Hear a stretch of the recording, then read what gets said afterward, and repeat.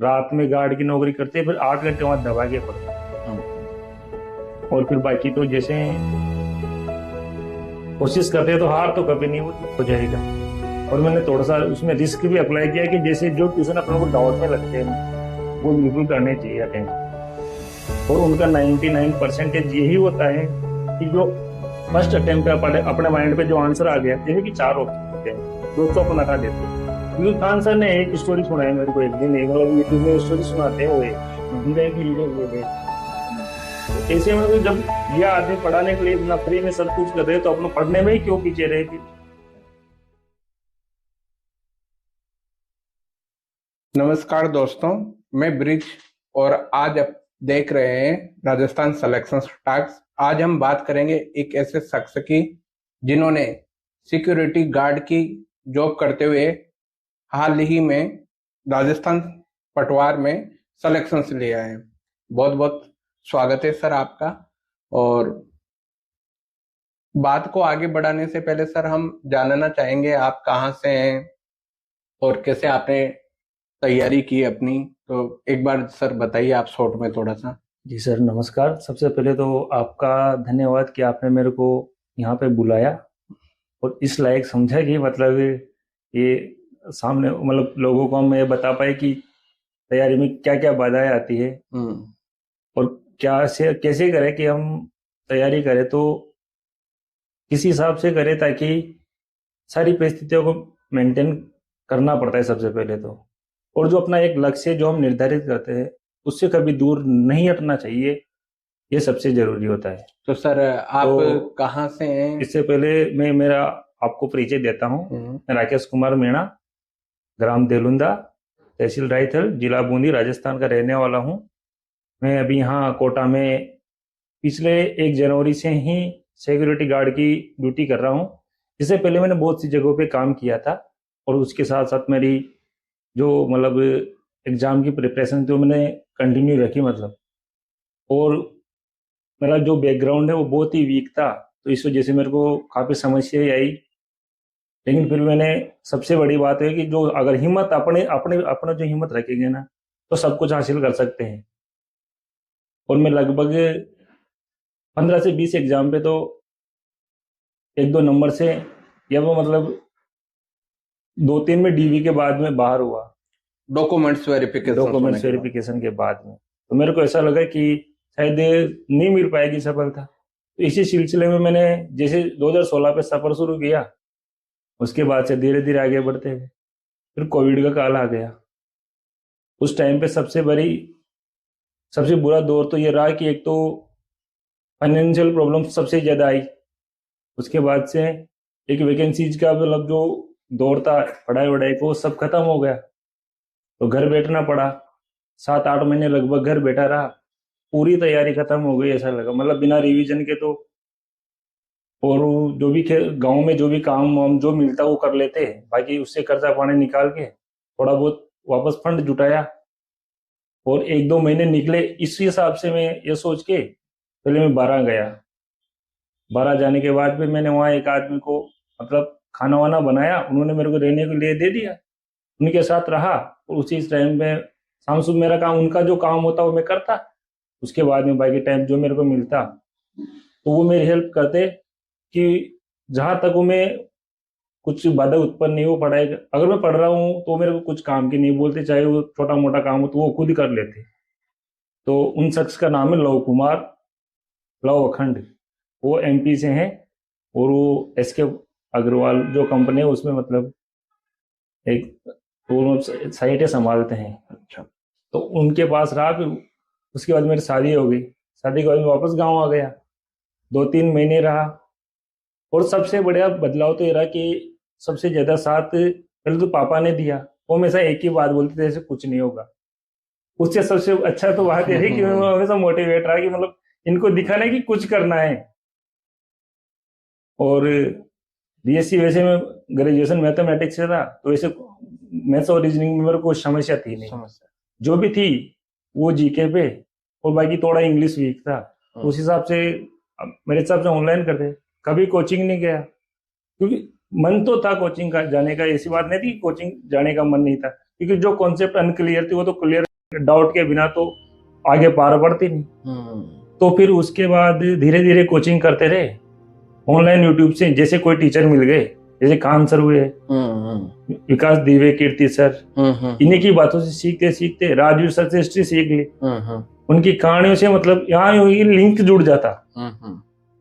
फिर बाद में सुभाष चरण सर से एक बार, उनका जो कंटिन्यू पूरा यूट्यूब में डला हुआ है, अगर आदमी चाहे तो उससे पढ़ सकता है। बिल्कुल। तो उससे करते रहे तैयारी, और फिर शादी के बाद ये गार्ड की नौकरी करने लग गए। अच्छा। उसके बाद फिर मतलब मेरे एक बेटी हो गई, तो और ज्यादा पॉसिबिलिटीज की अब टाइम और कम मिलने लग गया पढ़ने का। और दिन में मतलब ऑनलाइन डिलीवरी का काम करना पड़ता, रात में गार्ड की नौकरी करते, फिर 8 घंटे वहां दबा के पढ़ते। और फिर बाकी तो जैसे कोशिश करते तो हार तो कभी नहीं होती। तो उस हिसाब से मैंने पटवारी का एग्जाम, जब मैं एग्जाम देने गया तो मेरे को ऐसा लगा कि इस बार शायद अपना बिल्कुल हो जाएगा। और मैंने थोड़ा सा उसमें रिस्क भी अप्लाई किया कि जैसे जो क्वेश्चन अपने को डाउट में लगते हैं ना, वो बिल्कुल करने चाहिए अटेम्प्ट। और उनका 99% यही होता है कि जो फर्स्ट अटेम्प्ट पे अपने माइंड पे जो आंसर आ गया, जैसे कि 4 ऑप्शन होते हैं ना, 2 तो अपन हटा देते हो उनमें से, 2 हटाने के बाद 2 बचते हैं ना, तो 50-50 वाला मामला हो गया। अगर नसीब सही रहा आगे जाएगा, अगर नहीं रहा तो वहां से अब नेगेटिव होगा तो नुकसान है।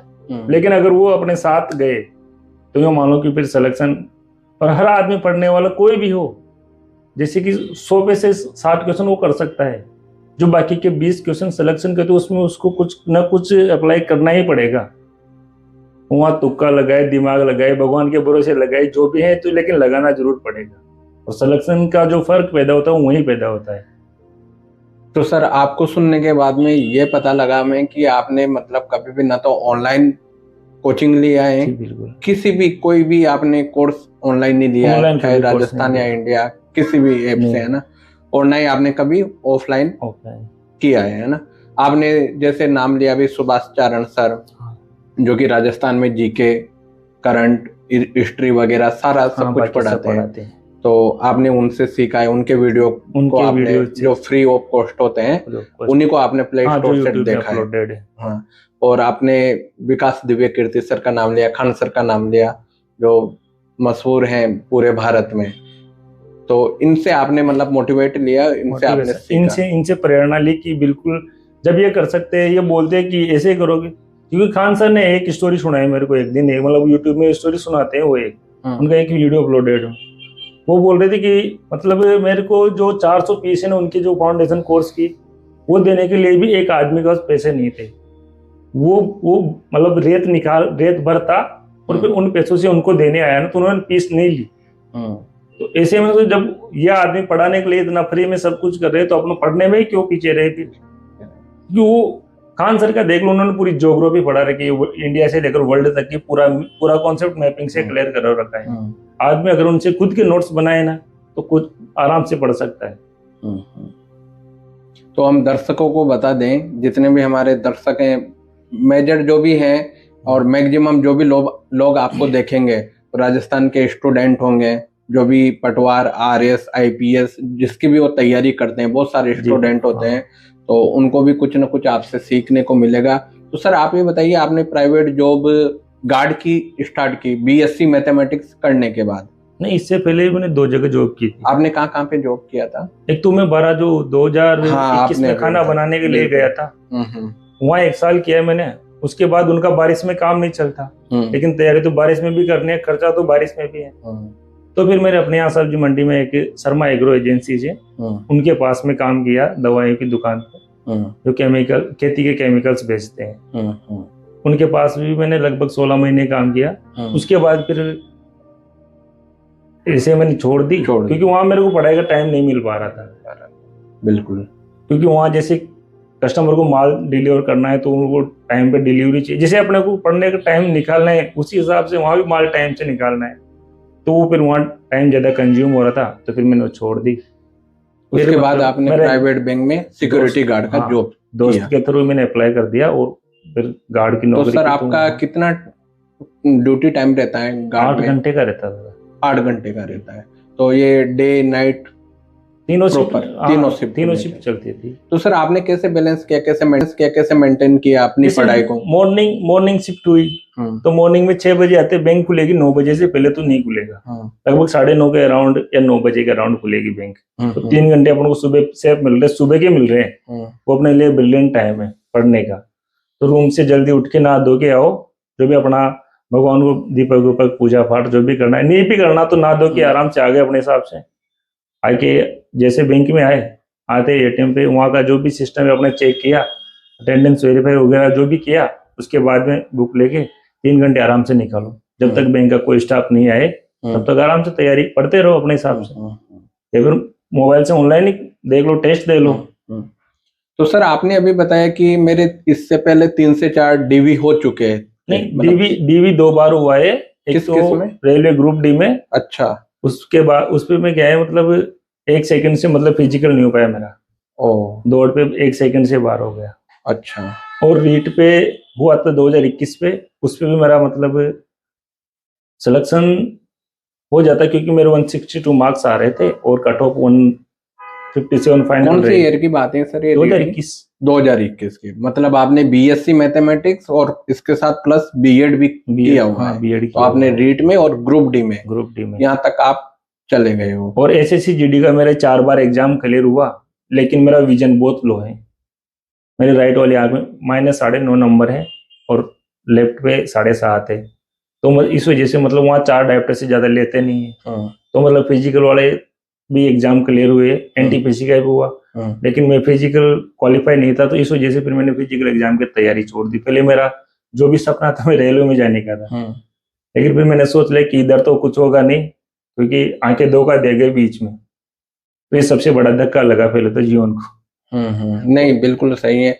आपकी सर स्टोरी को और स्ट्रेटेजी को जानते हुए मुझे भी बहुत अजीब सा लग रहा है, क्योंकि मैं भी एक एस्पिरेंट हूँ, अभी मैंने भी बीएससी मैथमेटिक्स किया हुआ है। तो सर फिर भी आपने मतलब इतनी सारा ग्रुप डी में और रीट में एसएससी जीडी का आपने बोला, और फिर आपने एक मन में मानस बना लिया था कि पटवार का जो 2024 में कि इसको सिलेक्शन करना ही है। सर इसके लिए एक ही स्ट्रेटेजी है कि जो भी मैटर पढ़ना है ना, वो बिल्कुल फिक्स रखो, इधर उधर मत भटको। दुनिया में बहुत सारी किताबें मिलेगी आपको। जैसे मेरा है ना, मैथ्स एक ही आदमी की पढ़ी मैंने, आर.एस. माथुरिया। उनकी बुक से बस पूरा कॉन्सेप्ट बेसिक क्लियर किया, फिर ट्रिक चाहिए जिसकी भी अप्लाई करो। अगर बेसिक अपना मजबूत है ना तो कुछ भी कर सकते हैं। तो आपका कहना है कि जहां से भी पढ़ो उस एक को ही पढ़ो। मटेरियल सीमित रखो, बाकी प्रैक्टिस बहुत ज्यादा करो। प्रैक्टिस करो, जितना प्रैक्टिस करेंगे उतना ज्यादा फायदा होगा, क्योंकि अगर वहां पे अपन जैसे प्रैक्टिस पे क्वेश्चन को पेश करेंगे ना, तो जो अपने मन में डर होता है ना कि हमको आंसर याद नहीं आता, याद पड़ा हुआ याद नहीं रहता, भूल जाते हैं, वो बातें दूर हो जाती है। बस उनका एक ही रामबाण है कि समय समय पे अपने उसका रिवीजन करो और टाइमली टेस्ट मेंटेन करो। कहीं से भी करो, ऑनलाइन ऑफलाइन जैसे भी अपने पास सुविधा हो पा रही है। और इसी भी आजकल टेलीग्राम पे बहुत अच्छी सुविधा है कि वो हमारे को ढेर सारी क्वेश्चन अवेलेबल कराता है। तो सर मैथ आपने बुक से पढ़ी है, मतलब आपने कहीं से ऑनलाइन ऑफलाइन कोचिंग नहीं लिया मैथमेटिक्स के लिए? इसके अलावा सर बेसिकली अगर पटवार में देखते हैं तो सिलेबस काफी होता है, इंडिया जीके होता है, वर्ल्ड जीके भी मेरे ख्याल से आता है इसमें, और हिस्ट्री, ज्योग्राफी, और इसके अलावा और भी बहुत सारे सब्जेक्ट होते हैं इसमें। कंप्यूटर आता है, जनरल साइंस आती है, रीजनिंग, हिंदी, मैथमेटिक्स पूरा होता है, इंग्लिश होता है, हिंदी होता है, पूरा सब कुछ। आपने कैसे सर ये एक कैसे? सर हिंदी का तो जो देखो एक में सब्जेक्ट वाइज आपको एनालिसिस बताता हूँ। हिंदी का तो बेसिक, उसमें जैसे भी राजस्थान के जो भी एग्जाम है स्टेट के, जो छोटे एग्जाम है, मतलब लेवल 5 to 6 के अराउंड, 4 के अराउंड, जिनमें हिंदी आती है, उन पे मतलब हिंदी एनसीईआरटी से जो 9th 12th वाली हिंदी की बुक आती है ना, उसको पढ़ लो आराम से। उससे कॉन्सेप्ट क्लियर करो। फिर कहीं से भी जितना मतलब संधि समास जो भी topics, syllabus according to syllabus पढ़ाई करो, सबसे जरूरी तो वो होता है अकॉर्डिंग टू सिलेबस। उससे बाहर मत जाओ। उससे बाहर जाएंगे तो दिमाग पे एक तो बर्डन बढ़ेगा, एक मैटर ज्यादा हो जाएगा, और फिर वही समस्या जो भूलने की, रिवीजन में टाइम लगेगा। एक जो अपने शॉर्ट नोट्स है ना, वो अपने एक पर्सनल बुक, डायरी, पेजेस कुछ भी रखो, उस पर जरूर नोट करो। तो आपने अपने नोट्स बनाए, बिल्कुल बना रखे हैं, अभी भी बना रखे हैं। आपने अभी भी अपने। सर मैं आज आपको देख रहा हूँ, आप बिल्कुल उसी बिल्कुल प्रॉपर ड्रेस में, मतलब आपने अभी भी कंटिन्यू अभी रिसेंटली। अभी मैंने नहीं छोड़ा, अभी मैं 31 दिसंबर को छोड़ूंगा। तो आपका डीवी हो गया पटवार, डीवी कंप्लीट हो गया। ओनली सिलेक्शंस के लिए जो Selections, ज्वाइनिंग लेटर हाँ, है अभी मेरे 17 मार्क्स ज्यादा है तो उसमें फाइनल भी हो जाएगा। कोई हो जाएगा। आप पूरा इस बार- कॉन्फिडेंस हो इस हाँ, बार इस कि बार- आपका हो इस जाएगा, बार हो जाएगा। हो जाएगा। नहीं सर, बहुत बहुत आपको शुभकामनाएं कि आपने इतना मतलब संघर्ष करके, क्योंकि आपके बातों से और आपकी स्टोरी को जानने के बाद में इतना तो पता लग गया है कि आपने मतलब पहले भी 2 बार डीबी आप कर चुके हो। डॉक्यूमेंट्स वेरिफिकेशन तक आपका सफर जारी हाँ, हो गया था, वहाँ लेकिन तक उसके बाद में आपका फाइनली जो ज्वाइनिंग लेटर तक का होता है वहां तक आप नहीं कर पाए। सर क्या लगता है आपको, जो आज कॉम्पिटिशन्स बहुत है राजस्थान में, बहुत ज्यादा कॉम्पिटिशन्स देखने को मिलता है, तो सर आपने अपना स्ट्रेटेजी हमें बताया कि आपने कहीं से भी ऑफलाइन ऑनलाइन कहीं से भी आपने कोचिंग नहीं किया, आपने जितना भी पढ़ा आपने सेल्फ स्टडी करके पढ़ा, जितना भी पढ़ा आपने। हाँ, जहाँ भी अगर मतलब अपने को डाउट आ जाए मन में, जैसे मैथ्स है, अगर कोई चीज नहीं आ रही ना तो उसका फोटो लेके गूगल पे डाल दो, सॉल्यूशन तो मिल जाएगा ना। बाद में समझना अपने ऊपर है कैसे समझना है, टीचर से समझ लो, कोई यूट्यूब में, मतलब सारे टॉपिक्स यूट्यूब में पड़े हुए हैं, बस अपने को समझना है। कोचिंग के पैसे नहीं है ना, अगर नहीं करना कोचिंग से, तो केवल ये चीज मिलती है कि वो रेगुलर पढ़ाते हैं। यहाँ मेरे को ढूंढ के फिर पढ़ना पड़ता है, और अपने को क्या सेलेक्ट करना है, क्या पढ़ना है, वो अपने ऊपर डिपेंड करता है। तो सर आपने अभी राजस्थान पटवार का दिया था एग्जाम, तो इसमें कितने मार्क्स का टोटल? इस पे 300 मार्क्स। 300। और अभी आपके फाइनली कितना रिसीव हुआ मार्क्स? 244। 244। तो आपने एक बहुत अच्छा स्कोर सेव कर लिया आपने। हाँ, हमारी कैटेगरी के हिसाब से मतलब वो सेफ स्कोर था लगभग। तो सर क्या लगता है आपको, क्या क्या प्रॉब्लम्स आपको, मतलब जैसे जॉब आपने किया लगभग 3 से 4 साल, मेरे को लगा आप 3 से 4 साल आप तैयारी कर रहे हो कंटिन्यू, 3 से 4 साल आप तैयारी 16 से कंटिन्यू है। सन 2016 से आप सिर्फ कोविड में बंद किया था बीच में, बाकी उसके बाद में आपने। तो सर आपने ऐसा नहीं किया, जैसे कि राजस्थान का कोई भी वैकेंसी आती है, जैसे 2024 में आया तो 2025 में आया, तो सर आप तब से तैयारी करते थे या इससे पहले से आप रेगुलरिटी बनाए रखते थे अपनी? नहीं, रेगुलरिटी जैसे एक घंटा 2 घंटा वो हमेशा देते रहो। अच्छा, तो आप सन 2016 से जब से आप कोई दिन आपका स्किप हुआ हो, बाकी आप डेली? हाँ, नहीं ऐसे तो 2-3 महीने तक, जैसे मेरे शादी के बाद में मैंने 3 महीने तक मतलब पढ़ाई नहीं की, बिल्कुल किताबों से दूर ही होगी, क्योंकि वो घर का काम और फैमिली फाइनेंशियल प्रॉब्लम को मेंटेन करना। अभी भी महीने भर तक दूर रहता हूँ। लेकिन अभी जैसे कि मोबाइल का जमाना है ना, सोशल मीडिया, मोबाइल, इसमें सोशल, जैसे हम इंस्टाग्राम या व्हाट्सएप पे स्टेटस देखते हैं, उससे बड़े यूट्यूब में कोई भी चैनल चला के उसकी कोई भी टीचर की बात ही सुन लो, स्टोरी सुन लो, छोटी रील्स टीचरों की देखो ना, ताकि टाइम भी बच जाए। वो एक जो कनेक्टिविटी, पढ़ने का जो मन है ना वो बना रहे, ये नहीं लगे कि अपने पढ़ाई छोड़ दी। अगर ये बात दिल पे आ गई कि पढ़ाई छोड़ दी या अपने से नहीं होगा, तो फिर तो मुश्किल हो जाती है। देखो बिल्कुल, आपने मतलब जीके जितनी भी आपकी बुक्स थी, जितना भी आपका सिलेबस था और जितने आपके बनाए हुए नोट्स थे, इनसे आपने अपने आप को बिल्कुल आदत में लगा दिया था कि नहीं ये डेली कवर करना है, डेली कवर करना है। तो ये आपका सबसे डेली रिव्यू, तो एक सब्जेक्ट को पकड़ लो, जैसे अपने एक महीने दूर हो गए, अब अपने को लग रहा है कि यार मैथ्स हमारी वीक हो गई, इनमें प्रैक्टिस नहीं की, तो ये टॉपिक तो अपने कंफर्म है, हम ये तो सोल्व कर ही सकते हैं बिल्कुल, कब भी आए, कैसी भी हालत पे। एक तो वो बात होती है कि जैसे मतलब जीके में कोई टॉपिक है तो वो हमारे फिक्स है कि जैसे नदियां हैं, अब नदी कहाँ तक जाएगी, वो वही नदियां में से कहाँ भी पढ़ो, तो एक बार अगर क्लियर है ना तो उसको थोड़ा सा देखते हुए अपने वापस रिकॉल हो जाता है। तो उसमें तो ज्यादा टाइम तो लगता है नहीं, और एक सब्जेक्ट को पकड़ लो, और एक को आराम से 2-2, 5-5 दिन में आराम से धीरे धीरे अपने हिसाब से जैसे भी मिले, जैसी स्पीड आ रही है उस हिसाब से तैयारी करते रहे, वापस रिवीजन हो जाएगा। अगर आपने एक बार किसी भी चीज का सिलेबस कर लिया ना, तो महीने से 1.5 महीने में वापस रिकवर हो जाएगा, रिवीजन हो जाएगा। हाँ, चाहे हम उससे 2 महीना दूर रहे या 3 महीने दूर रहे पढ़ाई से। तो आपने सबसे पहले तो ये किया कि आपने अपने नोट्स बनाए। एक आपने बात बताया हमें कि मैं आउट ऑफ सिलेबस नहीं गया, जैसे आपने जो सिलेबस में जितने टॉपिक थे उन सबको आपने अपने नोट्स में हाँ बस कवर कर लिया और उन्हीं का रिवीजन आप उन्हीं का। करते रहे। बस आपका सबसे स्ट्रॉन्ग पॉइंट ये रहा कि आप डेली के डेली 1 घंटा 2 घंटा 3 घंटा जितना भी टाइम मिला और जैसे कि एक अभी जो एग्जाम्स पे जरूरी है करंट अफेयर्स, करंट अफेयर्स। वो भी एक टीचर को किसी को भी पकड़ दो, मतलब जो डेली पढ़ा रहे हो, यूट्यूब में बहुत सारे टीचर्स डेली क्लासेस देते हैं अपडेटेड।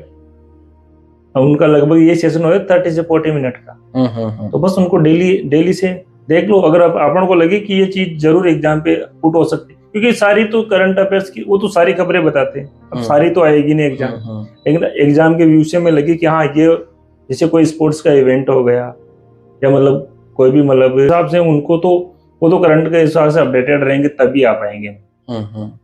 तो वो बिल्कुल आराम से करंट अफेयर्स का एक टीचर का, और जो मंथली बुकलेट आती है अगर अफोर्ड कर सके तो वो ले लो, मूमल वगैरह जो आप, हाँ मूमल है, क्रोनोलॉजी है, बिल्कुल उनसे क्या सारी हो जाती है, हो जाते हैं।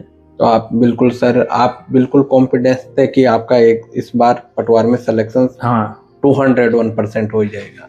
नहीं देखो, कॉन्फिडेंस के साथ तो हर पेपर ही देते हैं कि इस बार होगा।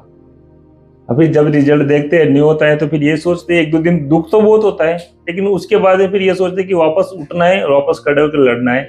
अभी तो बहुत उम्र बाकी है, अभी तो 31 वर्ष मेरी उम्र जैसे अभी हुई, तो मेरा तो ये था कि 40 तक तो पढ़ना है आराम से, पढ़ना कहीं ना कहीं तो होगा, कहीं ना कहीं होगा। बिल्कुल। और हमारे समाज का जो सबसे बड़ा टेग है वो यही है, अगर आदमी नॉलेज उसको कितना भी हो, वो कैसे जी रहा है, अगर वो प्राइवेट में 50,000 भी कमा रहा है ना महीने के, तभी उसका वो रेस्पॉन्स नहीं मिल पाता उसको कि मतलब जो एक 4th क्लास कर्मचारी जो मतलब आराम से 25-30 हजार की सैलरी उठा रहा है ना, फिर वो सरकारी है, वो सरकारी वाला अपने को पढ़ाई से इस हिसाब से जोड़ दिया समाज ने कि अगर सरकारी नौकरी नहीं लगा तो उसने पढ़ाई नहीं की।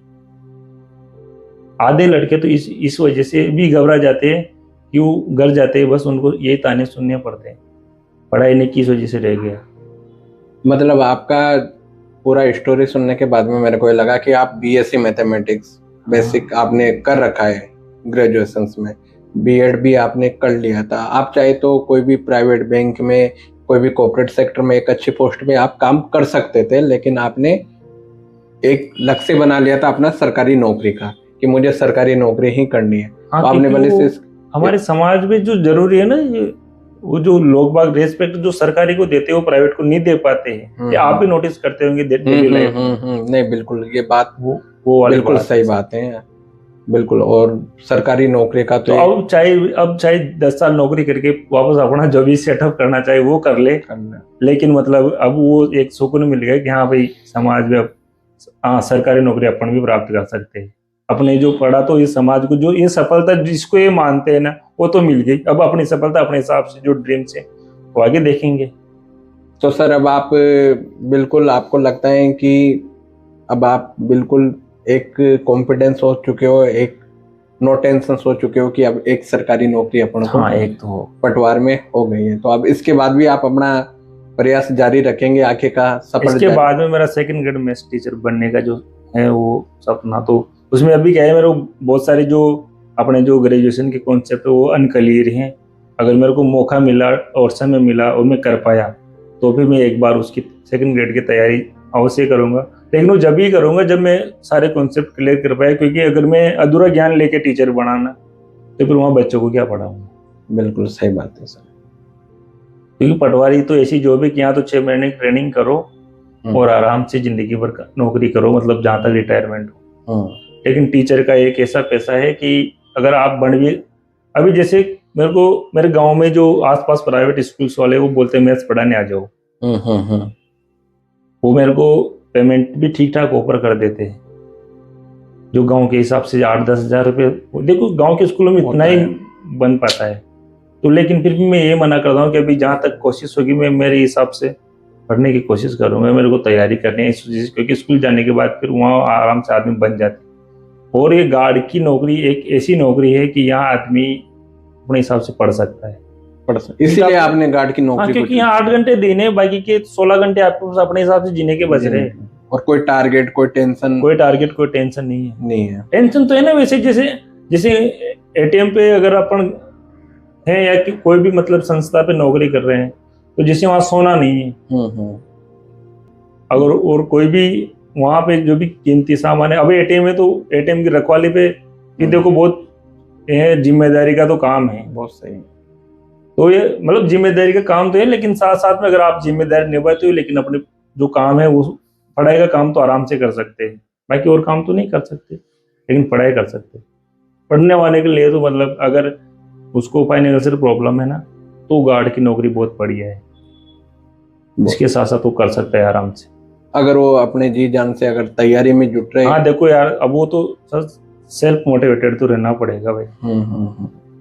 अगर आदमी अंदर से मर गया तो फिर जिएगा कौन? कभी कभी सर आपको भी लगता होगा कि बहुत सी बार आपके भी मन में आया होगा, बहुत सी बार तो मतलब इतना मूड ऑफ कि मैं भी कहीं ना कहीं कॉर्पोरेट सेक्टर नहीं, सब छोड़ छाड़ के और कहीं भी पकड़ लो। अभी भी मैंने रिज्यूम लगा दिया था पटवारी एग्जाम के जस्ट बाद में, गुड़गांव एक कंपनी में, तो वहां मेरा हो भी गया था, उन्होंने इंटरव्यू के लिए कॉल भी किया था मेरे को, लेकिन फिर ये पटवारी के आंसर की जारी हो गई थी और इसको ठीक था, तो मैंने उनको सर जनवरी तक होल्ड रखो, और अभी रिजल्ट में अगर नहीं होता तो फिर मैं वहां जाके मेरी तैयारी कंटिन्यू करता। आपको क्या लगता है सर, आपने भी इतने सारे लाखों 25 से 30 लाख स्टूडेंट फॉर्म भरते हैं राजस्थान में, आपने कैसे अपने आप को अलग पाया जो एक सेफ जोन में आ पाए? क्या आपने मतलब अलग किया, सबसे अलग किया जो बीड तो एक क्या है जैसे अब गवर्नमेंट ने अभी का जो पहले तो भाई कॉन्सेप्ट था कि सारे फॉर्म भरते थे, उसमें से यूँ मान लो जैसे 6 लाख फॉर्म्स आए ना, उनपे से 3 लाख तो आप अगर तैयारी कर रहे हो ना, बढ़िया तैयारी कर रहे हो ना, 3 लाख से तो आगे हो। अगर आप डेली तैयारी कर रहे हो 3 लाख से आगे। अपने राजस्थान में अपन ये मानते हैं कि बहुत से ऐसे ग्रेजुएटेड लोग हैं जो मतलब फॉर्म डाल देते हैं, बहुत से एग्जाम भी नहीं देते। बिल्कुल सही बात। और बहुत से उठ के एग्जाम देते हैं केवल, तो उनसे तो अपन जो बिल्कुल नहीं पढ़ रहा ना, उससे तो आगे हैं। तो 50% तो वैसे लोग फॉर्म भरते हैं, क्या मैंने फॉर्म तो भर दिया, एग्जाम दे लेंगे, भगवानपुर से हो जाएगा, ठीक है। तो आपने कुल मिला के डेली पढ़ाई करके आपने समझा कि मैं 50% लोगों में, हाँ उनसे तो आगे है ना, 50% ही कॉम्पिटिशन है। बाकी उसके बाद जैसे हमारा जो साइंस बैकग्राउंड मैथमेटिक्स वाला सब्जेक्ट है, तो आर्ट बैकग्राउंड का जो भी बंदा होगा, स्टूडेंट कोई भी हो, लड़का हो लड़की, उनको क्या है बहुत अधिकतर आप भी ये चीज महसूस करोगे अगर कहीं बार मतलब स्टूडेंट से राय लोगे तो आर्ट वाले से, आर्ट स्ट्रीम वाले से, क्योंकि कॉमर्स और साइंस वाला तो आदमी वो तो फिर भी पढ़ लेता है, और साइंस उसको पढ़नी है, तो उसके इन दोनों जनरल साइंस और मैथ्स का कोई इतना इफेक्टिव नहीं पड़ता। और जीके तो पढ़नी है, जीके में तो कोई कॉन्सेप्ट तो है नहीं, उसको तो जितना पढ़ो उतना ही बड़े हो जाएगी। तो आर्ट्स वाले आदमी ये सोचते कि मेरे को मैथ्स नहीं आती, साइंस भी नहीं आती। अब साइंस के तो वैसे भी बंदे कम है, अब जैसे 3 लाख बचे ना, 3 लाख में से 1 ही लाख साइंस वाले हैं, तो 2 लाख से वैसे आगे हो गए। तो कंपटीशन वो अपना 1 लाख के अंडर यहाँ पे को लड़ना है बस। तो बस अपने हिसाब से आगे बढ़ते रहो, अगर सब कुछ सही रहा तो हो जाएगा। तो आपको सर बेसिकली जो मेन आपने स्ट्रेटेजी बनाई अपनी, आपके खुद के नोट्स बनाए आपने सबसे पहले, और उनका बार बार रिवीजन किया। और एक मेरा जो रूममेट था, जो मेरा 12th से मेरा क्लोज फ्रेंड है बिल्कुल, वो अभी रेलवे में टीटी है, उसकी अभी माउंट आबू पोस्टिंग है, वो मेरा रूममेट रहा था 2021 तक। तो वो 2021 में पटवारी बना, उसके बाद में एनटीपीसी में ज्वाइन की उसने। तो उसने मेरे को बोला था कि तेरे को कुछ भी दिक्कत आए, कभी इमरजेंसी में कोई भी फाइनेंशियल प्रॉब्लम आए तो मैं खड़ा हूँ, तो आराम से तेरी तैयारी कंटिन्यू। अगर फिर भी गार्ड की नौकरी तेरे से नहीं हो रही हो तो छोड़ देना और मेरे पास आ जाना। तो सबसे बड़ा एक मेरे दोस्त बड़े अच्छे मिले मेरे को, और मेरे ऐसे फैमिली में भी जॉब्स बहुत हैं, लेकिन मतलब मैं किसी से अपेक्षा नहीं रखता कि जो भी करना है खुद को करना है, कोई साथ नहीं देता बाबा। सबसे बढ़िया बात तो ये। तो सर आपके मतलब आप खुद भी मोटिव हुए अपने दोस्तों से, इनसे, और आपको बराबर सपोर्ट मिला? मेरे जो अंकल जी है ना, वो भी लेक्चरर हैं ज्योग्राफी से, और ताऊ जी के एक भैया हैं वो राउत बाटा साइंटिस्ट हैं, और एक और छोटे हैं उनसे जो वो भी लेक्चरर हैं। लेकिन फिर भी मतलब मैं उनसे भी अगर कुछ मांगू तो मेरे से कभी मना तो नहीं करते, लेकिन कभी मन नहीं करता, क्योंकि यार अब इतने बड़े तो हो गए कि खुद का तो गुजारा कर ही सकते हैं।